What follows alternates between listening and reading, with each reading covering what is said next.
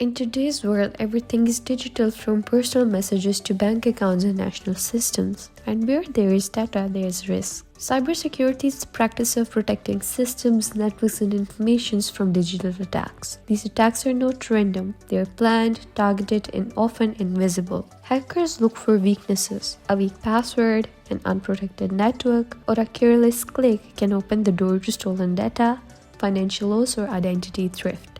Cybersecurity works by building digital data defenses. Firewalls block unwanted access. Encryption hides sensitive information. Monitoring systems detect threat before the damage is done.